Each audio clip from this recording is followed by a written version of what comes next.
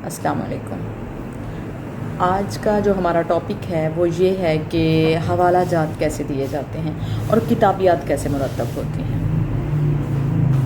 تو حوالہ جات کے بارے میں آپ کو بتاتی ہوں کہ کیسے دیا جاتا ہے۔ جیسے کہ ہم یہ دیکھ رہے ہیں، حوالہ جات جب کسی باب کے بعد کسی کے کتاب سے استفادہ کیا گیا ہے اس کو حوالہ کہتے ہیں، اور اس کی ایک خاص ترتیب ہوتی ہے۔ ہمارے تحقیق کا عمل اس کے بغیر پورا نہیں ہوتا۔ اسی طرح ہم یہ دیکھ رہے ہوتے ہیں کہ حوالہ جات کے لیے سب سے پہلے جو چیز ہوتی ہے وہ ہوتا ہے مصنف کا نام۔ مصنف کا نام پہلے لکھتے ہیں، جیسے کہ انور سدید، ان کا کوئی بھی لقب ہے، ان کا وہ ڈاکٹر ہیں، پروفیسر ہیں، وہ بعد میں اردو زبان و ادب انورٹڈ کوماز میں آئے گی۔ اور پھر اس کے بعد ہم جیسے یہ دیکھ رہے ہیں پبلشر کون ہیں، پبلشر کا نام ہوگا اور پھر صفحہ نمبر ہوگا، سپوز یہ اس کی ترتیب ہوگی۔ جتنے بھی القابات ہوتے ہیں، جو کچھ بھی ہے، وہ ہمیشہ آخر میں آتے ہیں۔ اور جب ہم یہ لکھتے ہیں حوالہ جات تو وہ الف بائی کے ترتیب کے ساتھ آتے ہیں۔ الف بائی ترتیب میرا خیال ہے کہ ہم سب کو پتہ ہوگا، مگر پھر بھی الفابیٹکلی اس کو بولتے ہیں۔ الفابیٹکلی ہم حوالہ جات دیتے جائیں گے۔ کتابیات بھی سیم اسی طرح ہے کہ کوئی بھی کتاب کے بارے میں ہم نے دینا ہے تو ہم کتاب کا نام لکھیں گے۔ کتاب کے نام لکھنے کے بعد ہم مصنف کا نام لکھیں گے۔ اس کے بعد ہم جو اس کا پبلشر ہے اور کس سن میں اس کو پبلش کیا گیا اس کے بارے میں ہم لکھتے چلے جائیں گے۔ تو یہ اس کا طریقہ ہے۔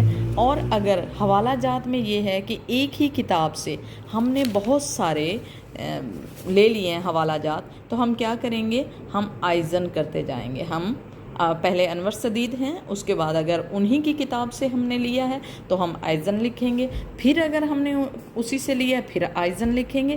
اگر ہم نے کسی اور پروفیسر کا نام، جیسے سپوز جالبی صاحب ہیں، جمیل جالبی ہیں، تو ہم کیا کریں گے، اس کے بعد اگر انور سدید کا آیا تو ہم آئزن نہیں لکھیں گے، پھر ہم دوبارہ سے ان کا نام لکھیں گے۔ تو کتابیات کیسے مرتب کرتے ہیں اور حوالہ جات کیسے ہوتے ہیں، وہ یہی طریقہ ہے۔ ماڈرن طریقہ بھی یہی ہے، اور بالکل جو آج کل چل رہا ہوتا ہے یا آج کل رائج ہے اور سائنٹیفک ہے، وہ یہی ہوتا ہے۔ اس کے ذریعے سے پڑھنے والے کو یعنی قاری کو یہ سمجھ آ جاتی ہے کہ کتاب کہاں سے لی گئی، کتاب کا پبلش کرنے والی جگہ کا کیا نام ہے، اور مختلف جو صفحات ہیں وہ کس صفحے سے مجھے لینا ہے۔ اگر مشمولہ ہوتا ہے، اخبار یا رسالے سے جو مواد اٹھاتے ہیں اور شامل کرتے ہیں اس کو مشمولہ بولتے ہیں۔ مطبوعہ یعنی شائع ہوا۔ رسائل اور جرائد سے اگر ہم کوئی فائدہ اٹھاتے ہیں، جیسے اخبار اردو اسلام آباد سے، اور پھر ہم نے اس کے شہر کا نام لکھ دیا، یہی کافی ہے۔ اس کے بارے میں ڈیٹ یا ایون تھنگ کچھ بھی ایسا لکھنا کوئی خاص ضروری نہیں ہوتا۔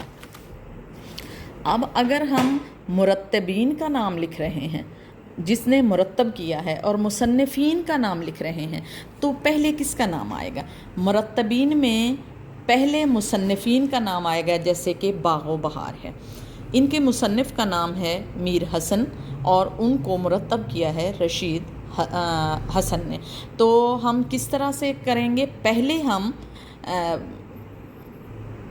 جو میر صاحب ہیں ان کا نام لکھیں گے، اور بعد میں جنہوں نے مرتب کیا ہے یعنی رشید حسن کا نام لکھیں گے۔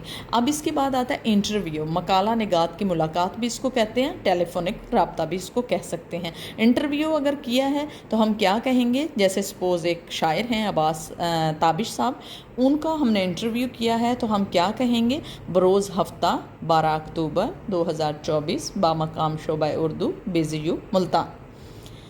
اور پھر ساتھ میں اگر ای میل پر ہمارا رابطہ ہوا ہے تو ہمیں وہ ای میل کا حوالہ بھی لکھنا ہوگا۔ تو یہ مختلف حوالہ جات ہیں اور ان کو کیسے کیا جاتا ہے، اور اس کے بارے میں آج جو پڑھا میں نے آپ کو بتا دیا۔ دعاؤں میں یاد رکھیے گا۔ اللہ حافظ۔